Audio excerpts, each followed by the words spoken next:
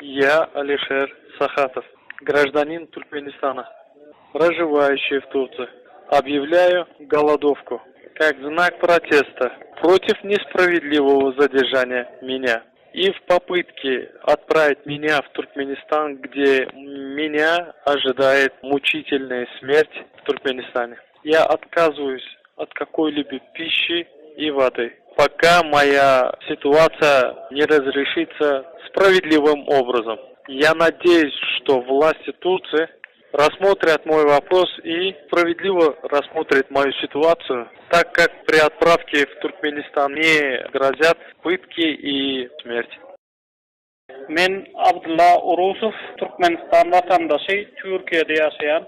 Beni bir kanun töhmet atıp Ankara Akyurt gönderme merkezinde menşuat. Men Türk hükümetinden menin işimi adaletli çözmeyi talep edýän. Men şöyle açlık galadowka ilan edýän.